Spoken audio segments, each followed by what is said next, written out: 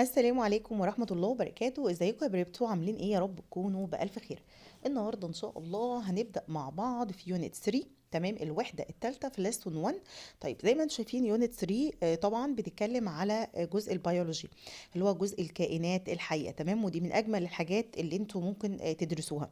طيب احنا عندنا ليسون 1 بيتكلم عن حاجة اسمها السيل ديفيجن، انقسام الخلية، وليسون 2 بيتكلم عن حاجة اسمها الفلورال ريبرودكشن اللي هو التكاثر الزهري، يعني التكاثر في الازهار او في النباتات.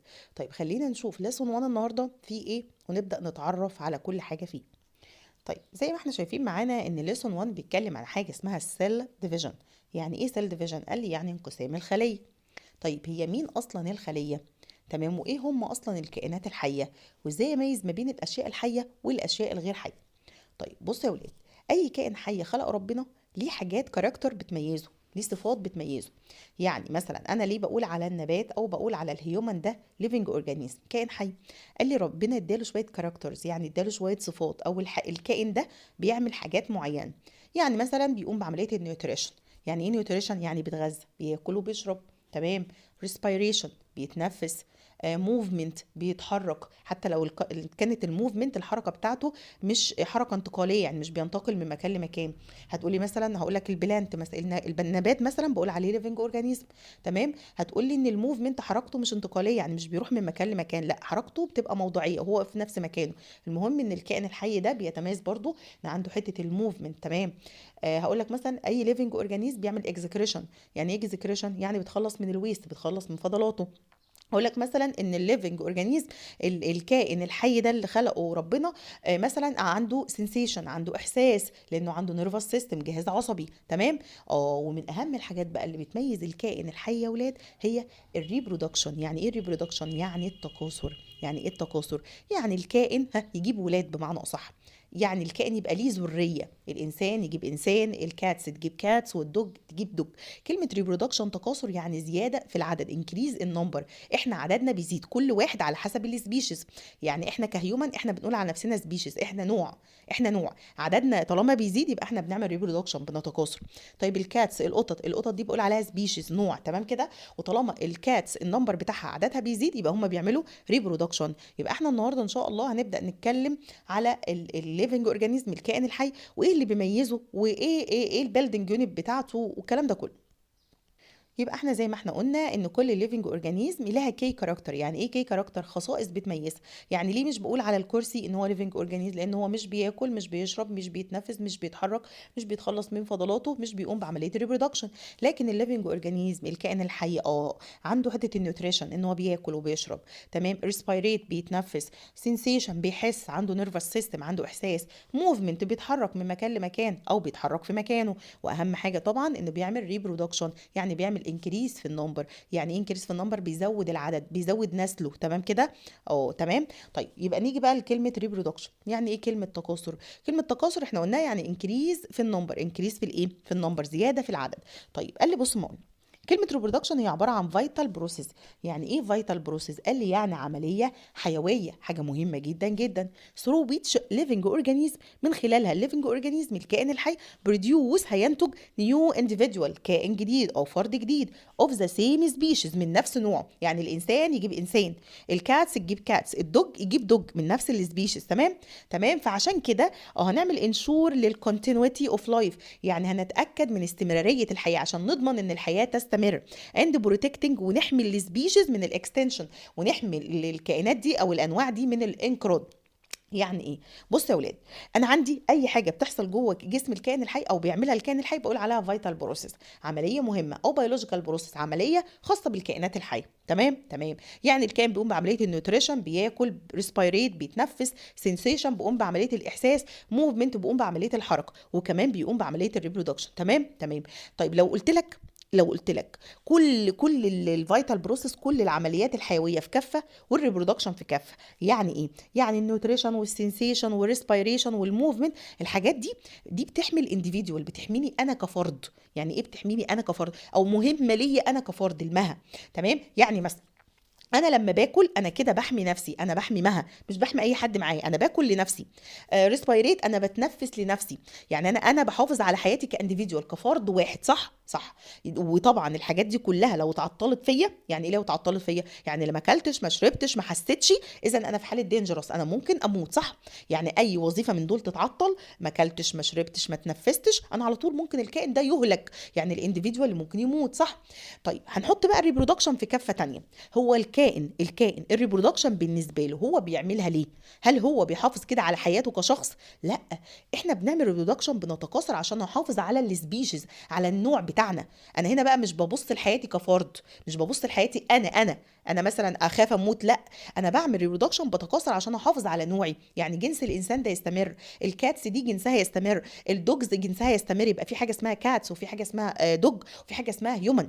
يعني هي الريبرودكشن، عمليه التكاثر بالنسبه لحياتي انا كانديفيدوال كفرد مش مهمه قوي. يعني ايه مش مهمه؟ يعني انا لو ما خلفتش انا مش هيحصل لي حاجه، مش هموت، صح؟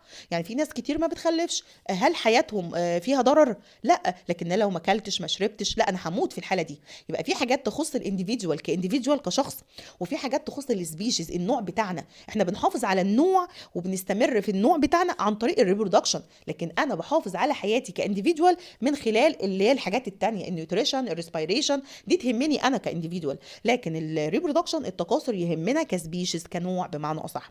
يبقى كلمه ريبرودكشن دي فيتال بروسيس، عمليه حيويه بتحصل في مين؟ قال لي في الليفنج اورجانيزم، في الكائنات الحيه. طيب من خلالها بيعملوا ايه؟ بروديوس، بيجيبوا نيو انديفيدوال، كائن جديد، صح، من نفس السبيشيز، من نفس نوعنا، عشان كونتينيوتي اوف لايف، تستمر الحياه، وكمان نحافظ على السبيشيز الانواع من الاكستنشن، من الانقراض. تمام؟ هي الديناصورات دي فين؟ مش موجوده، انقرضت. يعني ايه انقرضت؟ يعني ما بقاش منهم، ما فيش حاجه اصلا موجوده. تمام؟ ما فيش ديناصورات اللي ما قدروش يحافظوا على السبيشيز، على النوع بتاعهم. تمام كده؟ تمام. طيب قال لي بعد كده يا ولاد ان ريبرودكشن، قال لك بقى في حاله اللي هي التكاثر، الكائن لما بيتكاثر او بيجيب نيو بيبي، يعني بيجيب اطفال جديده او بيجيب نيو انديفيدوال او نيو بورن بمعنى اصح، قال لك ان الاب البيرونتس الابوين يعني بينقلوا الجيناتيك تريت، الصفات بتاعتهم للاوف سبيرنج. يعني ايه؟ ولادي شكلي، ولادي واخدين من باباهم، واخدين مني. تمام؟ واخدين مني يعني ايه؟ طوال زي شعرهم ناعم، شعرهم خشن، لون عينيهم زي لون عيني، دي اسمها جيناتيك تريت، صفات وراثيه، دي بتنتقل من البيرونتس اللي هي الجينز، الجينات يا ولاد، اللي بتنتقل من الاباء للاوف سبيرنج للابناء. تمام كده؟ وده هنشرحه ان شاء الله بعدين. تمام؟ طيب قال لك بقى عشان نقدر نفهم يعني ايه ريبرودكشن، يعني ايه تكاثر بيحصل في الليفنج اورجانيزم، انا لازم اعرف كذا حاجه الاول قبل ما اعرف يعني ايه ريبرودكشن. اول حاجه لازم اعرف انواع الليفنج سيل، تايبز اوف سيل، انواع الخلايا في جسم الكائن الحي. يعني اي كائن حي ايه السيل اللي بتكونه. تمام؟ طيب والسيل ديفيجن، انواع السيل ديفيجن، انواع الانقسامات اللي بتحصل في جسمي، يعني انا لما بيحصل ديفيجن، انقسام في جسمي، السيل بتنقسم ايه بالظبط. تمام؟ طيب وكمان التايبز اوف ريبرودكشن، انواع التكاثر، هل كل الكائنات الحيه ريبرودكت او ريبروديوس بنفس الطريقه، تكاثر بنفس الطريقه؟ تمام؟ هل الهيومن زي البلانت زي الحاجات دي؟ قال لي لا. يبقى انا عشان اعرف يعني ايه ريبرودكشن هناخدها من البدايه. اول حاجه لازم نعرف التايب اوف سيل، نوع الخلايا اللي في جسمي. تاني حاجه لازم نعرف السيل ديفيجن، الخليه بتنقسم واني نوع انقسام. تمام؟ وليه الخليه بتنقسم اصلا. وفي الاخر طبعا هنعرف الريبرودكشن اللي هو التكاثر وانواعه. تمام؟ طيب اول حاجه تعالى نشوف الليفنج سيل، يعني ايه؟ خلايا الكائنات الحيه. طيب انت عرفت ان اي ليفنج اورجانيز، اي كائن حي خلقه ربنا، البيلدنج يونت، الطوبه اللي بتبني اجسامنا هي السيل. يبقى السيل دي هي البيلدنج يونت، وكمان الفانكشنال يونت، يعني وحده البناء والوظيفه، يعني هي اللي بتبني جسمي وفي نفس الوقت هي اللي بتعمل الفانكشن. يعني ايه؟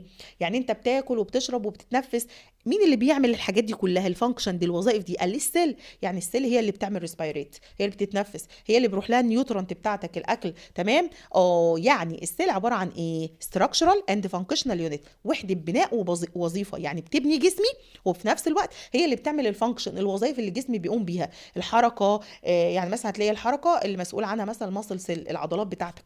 تمام؟ الانرجي، الطاقه، هتلاقي مثلا عمليه الريسبيريشن، عمليه التنفس الخلوي بتحصل جوه السيل. يبقى السيل هي وحده استراكشر، بناء، وكمان فانكشن، وحده وظيفه.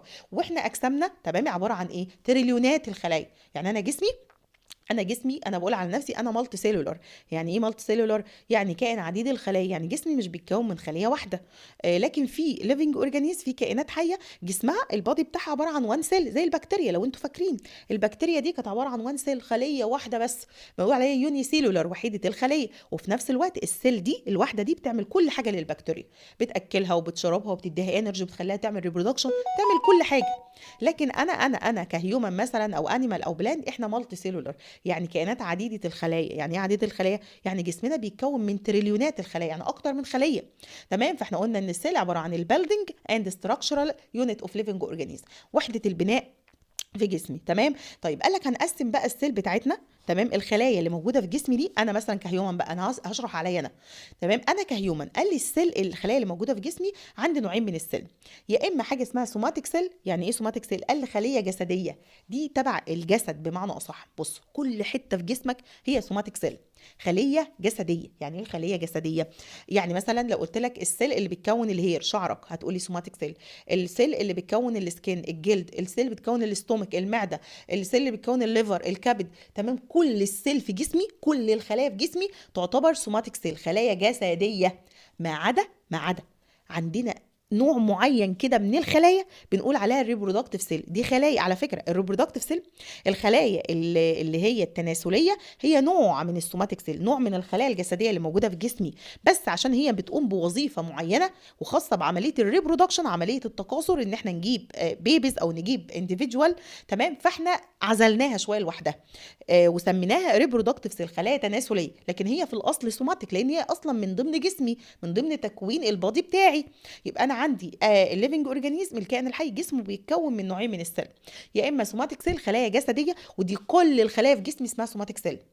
تمام. هنعزل نوع واحد بس من الخلايا وهنديله اسم مميز وهنقول عليها الريبرودكتيف سيل، الخلايا التناسليه، دي اللي مسؤوله بقى عن حته الريبرودكشن، التكاثر بتاعي.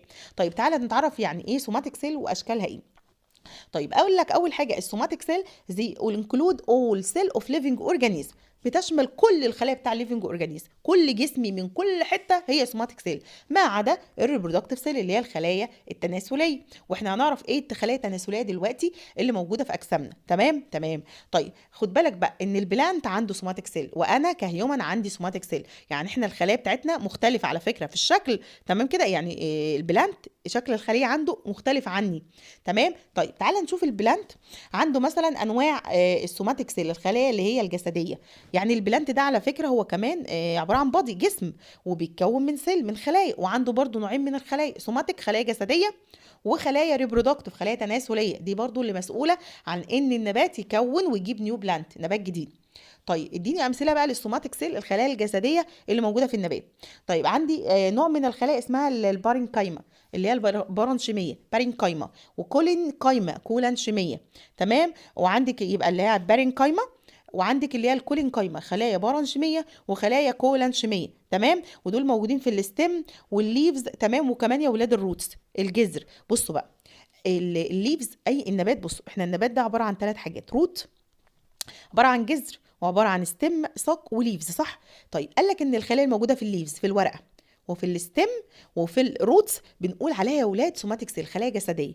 يبقى لما اقول لك مين هي السوماتيك سيل، الخلايا الجسديه في البلانت، هتقول لي اي سيل موجوده في الليفز، في الاوراق او في الستيم، وكمان الروت، الجذر، زي البارينكايما، الخلايا البرانشيميه، او الكولينكايما، هم اسمائهم كده، بنسميهم كده في النبات. يبقى السوماتيك سيل موجوده في الروت، موجوده في الستيم، موجوده في الليفز. في نوع اسمه البارينكايما، والنوع الثاني اسمه الكولينكايما. تمام. يبقى دي السوماتيك سيل موجوده في البلانت. تمام. طيب تعالى بقى نيجي بقى ليه انا كهيومن. بص بقى، انا قلت لك اي حته في جسمك فيها سوماتيك سيل، اي حته، الليفر، الاستومك، الانتستين، السكن، الهير، شعرك، كل حاجه، المصل، العضلات، كلها سوماتيك سيل. يبقى عندي مثلا انتستينال سيل، خلايا اللي هي موجوده في الانتستين، سوماتيك سيل. تمام. الكاردياك او الهارت او المصل، العضلات بتاعتي، سوماتيك سيل، خلايا جسديه. انا قلت لك اصلا كل البادي بتاعي هو سوماتيك سيل، هشيل منه يا دوبك خليه واحده واقول عليها ريبرودكتيف سيل، خلايا تناسليه، مسؤوله عن الريبرودكشن، التكاثر. تمام. طيب بعد كده تعالى بقى ناخد الريبرودكتيف سيل، الخلايا بقى اللي مسؤوله عن الريبرودكشن، عن التكاثر، ان الكائن ده يجيب بيبي. طيب قال لك يبقى الريبرودكتيف سيل، الخلايا التناسليه، بنقول عليها الجونادز، المناسل. يعني ايه المناسل؟ قال لك ان الميل والفيميل، الذكر والانثى، عندهم حاجه اسمها الجونادز، المناسل، ودي اللي مسؤوله ان هي تكون حاجه اسمها الجاميتس. الجاميتس يعني ايه؟ الامشاج بمعنى اصح. طيب انا احنا مثلا كهيومن كانسان، الجيرلز، البنات، عندهم حاجه اسمها اللي هي الاوفريز، المبايض. تمام. الاوفري بقى، المبايض دي اللي موجوده في جسمي. تمام. دي بنقول عليها جونادز، مناسل، او بنقول عليها ريبرودكتيف سيل. والجونادز دي اللي هي المناسل بتاعتي، او الاوفري، المبايض بتاعتي، بتديني خليه كده يعني مثلا في البنت احنا عارفين ان مثلا بيبقى في كل شهر مثلا لما بيحصل عمليه بلوغ، تمام، البنت بيجي لها بيريود، صح؟ تمام. طيب قال لك اهي البيريود دي بقى نتيجه ان الاوفري المبايض بتاعتها، تمام، الخلايا التناسليه بقى بتاعتها شغاله. يعني ايه شغاله؟ يعني كل شهر الاوفري ده بيطلع سيل صغنونه كده، خليه صغنونه كده اسمها الاوفا اللي هي البويضه، تمام، ودي بنقول عليها الجميتس البويضه دي بقى، دي اللي مسؤوله بقى ان شاء الله باذن الله ان احنا نكون بيها بيبي بمعنى اصح، او نجيب بيها اطفال، تمام. يبقى احنا اجسامنا في حاجه اسمها الجونادز، المناسل دي اللي هي الريبرودكتيف سيل، اللي هي الخلايا التناسليه، الخلايا اللي مسؤوله عن عمليه الريبرودكشن. والجونادز المناسل دي بتكون خليه صغنونه كده اسمها الجميتس، الامشاج، تمام. طيب تعالى بقى نعرف يعني ايه جميت. قال لك ان الجميت دي او اللي هي الخلايا الجنسيه بقى بنقول عليها سبيشاليزد سيل، ده نوع خاص من الخلايا ذات ار ريسبونسبل فور، مسؤول عن ايه؟ السيكشوال ريبرودكشن، التكاثر الجنسي في الليفنج اورجانيزم، الكائنات اللي بتتكاثر جنسيا. يعني ايه جنسيا؟ يعني بنحتاج عشان نجيب البيبي جنسين، ميل وفيميل، ذكر وانثى، تمام. فبنقول على نوع التكاثر ده بنقول عليه سيكشوال يعني تكاثر جنسي محتاج تو تايب، نوعين، ميل وفيميل، ذكر وانثى، تمام. الذكر الميل بيكون جميت نوع معين من الخلايا، والفيميل بتكون جميت نوع معين من الخلايا. ولما بيحصل التقاء ما بين الميل والفيميل، يعني التقاء ما بين الميل والفيميل جميت، تمام، بنبدا نجيب ولاد زي ما بيقولوا كده، او النيو انديفيدوال، الفرد الجديد بيتكون. يبقى انا عندي يا ولاد، عندي الريبرودكتيف سيل اللي هي الخلايا التناسليه بنقول عليها الجونادز، المناسل، تمام. ودي نوع خاص من الخلايا في جسمي، هي اصلا تعتبر سوماتيك، خلايا جسديه ضمن جسمي عادي، بس انا ميزتها عشان هي مسؤوله عن الريبرودكشن، تمام. فقال لك ان الجونادز بقى المناسل بتاعتنا دي بتدينا نوع خاص من الخلايا كده اسمها الجاميتس. فالجاميتس دي سبيشاليزد سيل، خلايا متخصصه ومسؤوله عن ايه؟ السكشوال ريبرودكشن، التكاثر الجنسي اللي بيحصل في الليفنج اورجانيزم. طيب هل البلانت عنده جونادز، عنده مناسل يعني، خلايا خاصه مسؤوله عن الريبرودكشن؟ قال لك اه. طيب قال لك يعني البلانت عنده ايه؟ قال لك البلانت عنده اوفري، مبايض، تمام كده، ودي بتكون الاوفيولس، البويضه، مبايض بتكون الايه؟ البويضه. المبيض نفسه اسمه اوفري، ده مكان كده، خليه في جسمي، او المناسل بتاعتنا دي اللي مسؤوله عن الريبرودكشن. الاوفري دي الحاجه الكبيره، فبتجيب خليه صغنونه اسمها الاوفيولس، البويضه، اللي بنقول عليها الفيميل جميت، المشيج المؤنث. طيب بالنسبه بقى للجونادز، المناسل المذكره في البلانت، هو البلانت مذكر ومؤنث؟ النباتات مذكر ومؤنث على فكره، جدا زينا بالظبط كده، تمام. قال لك بقى بنسميها الانسر ده اللي هو المتك، يعني النبات عنده حاجه اسمها الانسر، ده الجونادز، المناسل الكبيره بتاعته اللي بتكون نوع صغير من الخلايا بنقول عليها البولين جرين، اللي هي حبوب اللقاح. اكيد سمعت عن حبوب اللقاح، البولين جرين حبوب اللقاح بنقول عليها الميل جميت.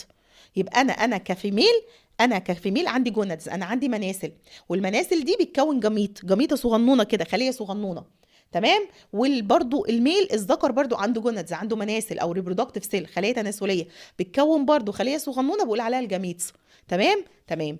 يبقى انا عندي الجونادز، المناسل في حاله النبات نوعين، اوفري، مبايض، ودي بتكون اوفيولس، بويضه، وانسر ده موتك بيكون بولينجرين، حبوب اللقاح، تمام. والجميت بتاع الفيميل بقول عليها فيميل جميت، مشيج مؤنث، والميل بقول عليه ميل جميت، مشيج مذكر. الاثنين بيلتقوا، تمام، في حاجه اسمها السيكشوال ريبرودكشن، تكاثر جنسي، بيلتقوا الاثنين، تمام، وبيدوك بقى النيو انديفيدوال، الفرد الجديد. طيب نيجي بقى للهيومن، للانسان، ايه هي الجونادز، المناسل بتاعتنا؟ يعني انا كفيميل عندي ايه، والميل الذكر عنده ايه؟ الحاجات دي بتساعدنا ان احنا نعمل ريبرودكشن، نتكاثر.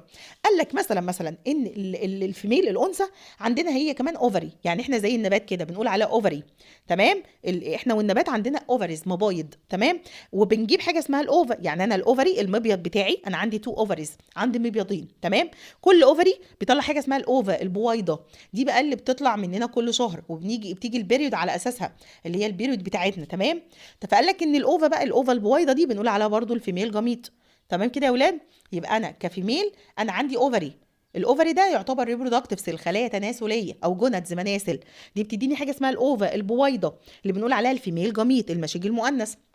طيب هل الذكر عنده برضو جونادز، عنده مناسل؟ قال لي بنقول عليهم التستس، اللي هم الخصيتين، تمام. يبقى الذكر الميل عنده حاجه اسمها تستس، خصيتين، دول الجونادز، دي الخلايا الكبيره اللي هتجيب بقى خلايا صغنونه اسمها السبرم، اللي هي الحيوانات المنويه، اللي هي بنقول عليها الميل جميت، المشيج المذكر.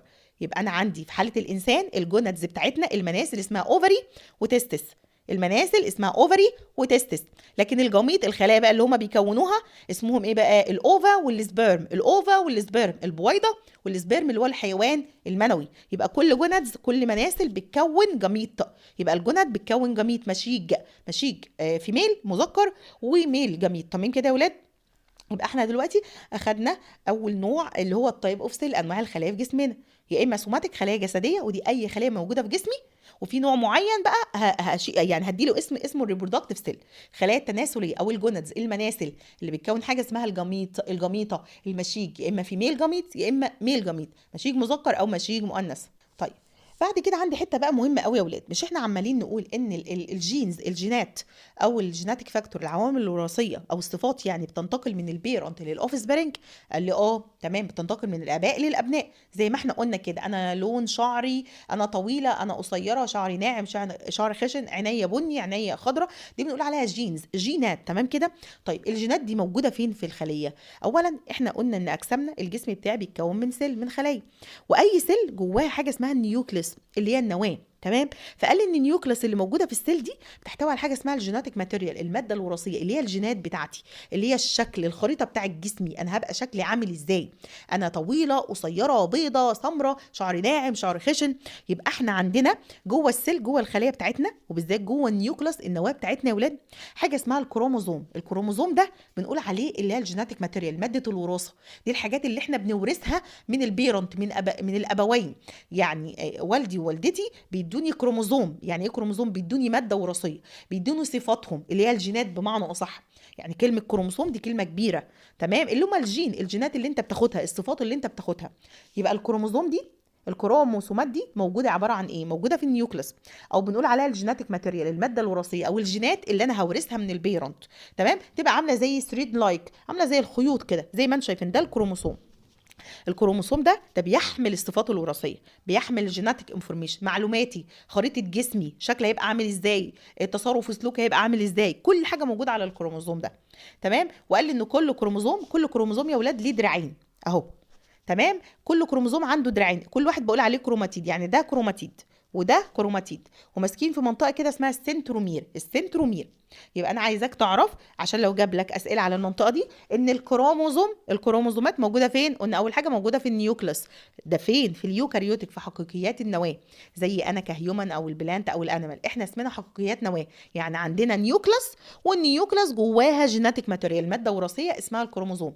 يبقى كلمه يوكاريوت يعني ايه؟ حقيقي النواه. يعني انا عندي نيوكليس في الخليه بتاعتي، والنيوكليس فيها كروموزوم، والكروموزوم ده عباره عن الجيناتيك ماتيريال، الجينات بتاعتي اللي انا هنقلها لاولادي. تمام؟ وان كل كروموزوم ليه دراعين، كل كروموزوم عنده دراعين. ادي واحد اسمه كروماتيد، والتاني اسمه كروماتيد، يبقى 2 كروماتيد ماسكين في منطقه اسمها السنترومير. يبقى ده اسمه كروموزوم عباره عن 2 كروماتيد، ومتصل بمنطقه اسمها السنترومير. تمام كده يا ولاد؟ تمام. في مشكله لحد هنا؟ وقال لك ان الكروموزوم ده اللي بيحمل الصفات، بيحمل الجيناتيك ماتيريال، صفاتي بمعنى اصح. يعني دي الحاجه اللي بتتنقل من البيرنتس للاوفيس بيرنج، بتتنقل من الاباء الى الابناء، الكروموزومات.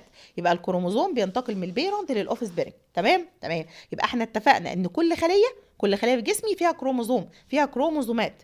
تمام؟ مسؤول عن الصفات بتاعتي. طيب هل بقى النمبر اوف كروموزوم، عدد الكروموزومات في كل الخلايا في جسمي واحد؟ مش احنا لسه واخدين ان انا عندي نوعين من السيل؟ حاجه اسمها سوماتيك سيل، خلايا جسديه زي الاستومك والليفر والهير والحاجات دي، وفي خلايا اسمها الجونادز او الريبرودكتيف سيل. هل بقى عدد الكروموزومات اللي بتبقى جوه النيوكليس بتاع الخليه بتتساوى في السوماتيك سيل والجونادز واللي هي المناسل بتاعتنا؟ طيب قال لك يعني ايه؟ قال لك بص، السوماتيك سيل اللي هي الخليه الجسديه، يعني خليه الجسم بتاعتي، الشعر، الاستومك، او حتى الاوفري، المبيض بتاعتي اللي بنقول عليها الجونادز. تمام؟ قال لك ان عدد الكروموسومات فيها بيبقى كومبليت نمبر. يعني ايه كومبليت نمبر اوف كروموسومات؟ بنقول عليه ديبلويد نمبر، عدد مضاعف. يعني ايه عدد مضاعف؟ بص، كل سبيشيز، كل نوع معين من الكائنات الحيه اللي خلقها ربنا، عدد الكروموسومات بيبقى ثابت جوه النيوكليس. يعني ايه؟ يعني انا مثلا هيومن، انا اسمي انسان، ايا كان بقى انا منين حته، انا اسمي هيومن، من امريكا من اوروبا، ذكر انثى، كلنا اسمنا هيومن، احنا سبيشيز واحد، احنا نوع واحد.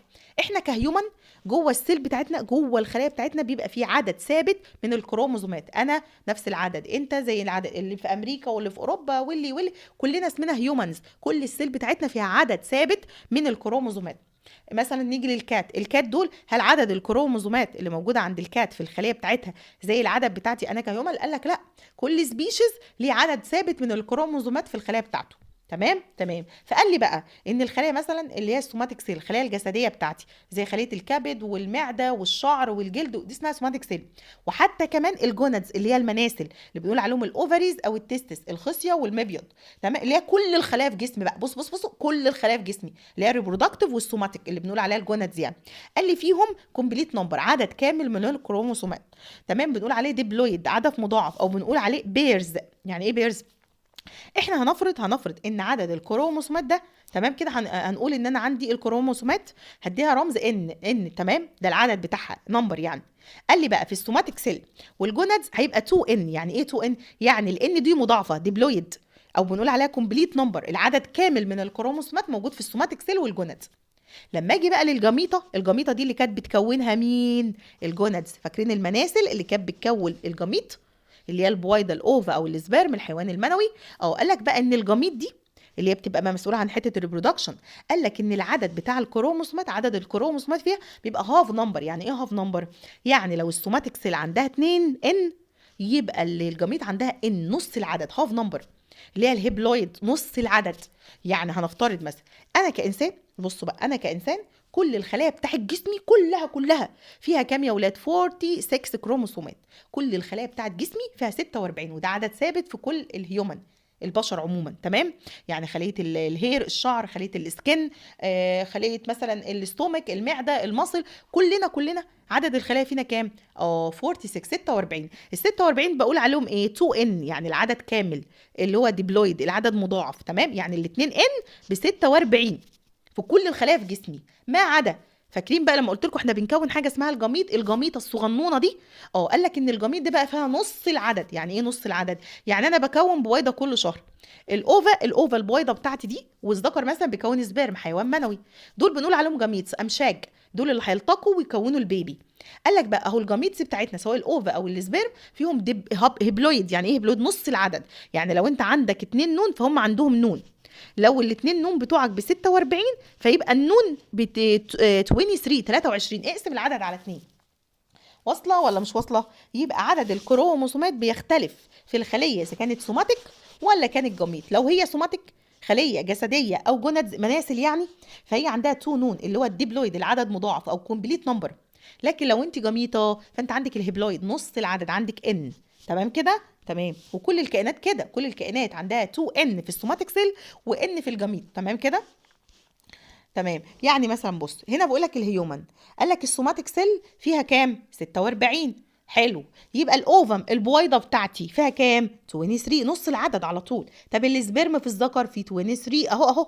طيب مثلا البولي الجرين اللي هي حبوب اللقاح مثلا، حبوب اللقاح مثلا هنقول مثلا ان هي فيها هو مش عارفه، هو مش لو هي بس هما مش 46. البلانت مش زينا، يعني النباتات مش زينا يا جماعه. النباتات ما عندهاش اوفا ولا سبيرم، هم عندهم بولين جرين وعندهم اوفيول اللي هي البويضه الصغنونه، لكن الاوفا والسبيرم دول عندنا احنا. طيب الغوريلا دي انسان ولا نبات ولا حيوان؟ قال لي دي حيوان. يعني طالما هي حيوان فهي عندها اوفا وسبيرم، ما عندهاش بولين جرين ولا اوفيولس، لان البولين جرين حبوب اللقاح والاوفيول دول موجودين في النباتات، دول خاصين بالبلانتس، بالنباتات. الهيومن والغوريلا مش نباتات، فيبقى مش تبعهم. فقال لك مثلا الغوريلا السبرم بتاعها كان فيه كام؟ 24، وده نص العدد، يبقى الاوفا قده بالظبط 24. يبقى السوماتيك سيل، الخليه الجسديه بقى كلها، اجمع 4 او اضرب 24 في 2 يبقى 48. يعني الغوريلا عندها 48، ده العدد كامل، والنص ب 24. تيجي مثلا بيا اللي هو نبات البسله، ده نبات فيبقى عنده بولين جرين، حبوب لقاح، وعنده اوفيول، تمام كده، اللي هي الاوفيول اللي هي البويضه. تمام. فقال لك ان السوماتيك سيل العدد كامل عند عند نبات البسله ب 14، اللي هي 2 ان، الاثنين نون ب 14، ب 14. يبقى الان بقى اللي موجوده في البولينج جرين حبوب اللقاح والاوفيول فيهم كام؟ نص العدد، يبقى 7. هنا 7 وهنا 7، لان المشيج المذكر زي المشيج المؤنث بالظبط، والسوماتيك سيل ضعفهم. طيب الويت القمح ده بلانت نبات صح؟ تمام، يبقى عنده بولينج جرين حبوب لقاح واوفيول. تمام، فقال لك ان مثلا الجميطه بقى اللي هي المشيج الصغنون في الويت في القمح عنده 21. يبقى البولينج جرين حبوب اللقاح كام برضو؟ 21 21، لان البولينج جرين بالظبط زي الاوفيول اللي هي 21. يبقى العدد الكبير كام؟ اضرب في 2، يبقى اللي هي 42 42 42، يبقى العدد الاصلي 42. واصله وهكذا. يبقى انا عايزك تعرف ان السوماتيك سيل الخليه الجسديه، تمام، دي بيبقى فيها الديبلويد العدد كامل 2n من العدد، لكن الاوفا والسبير بيبقى فيها هيبلويد اللي هو نص العدد. طيب هنا بيديني عدد الكروموسومات في انواع من الديفرنت سبيشيز، انواع مختلفه من الكائنات الحيه، وده طبعا العدد الموجود في السوماتيك سيل اللي هي الخليه الجسديه، يعني العدد كامل. تمام، يعني مثلا البوتيتو اللي هي السوماتيك سيل الخليه الجسديه عندها كام؟ اللي هي 48 48. عندي مثلا الشمبانزي عنده 48 48. الاليفانت الفيل عنده اللي هو 56. الكرو اللي هو الغراب عنده 80 80. يبقى ده النمبر اوف كروموزوم، عدد الكروموزومات الكامله الموجوده في السوماتيك سيل. لو قال لك بقى الجميط فيها قد ايه الجميطه، يبقى نص العدد، اقسم على 2 على طول.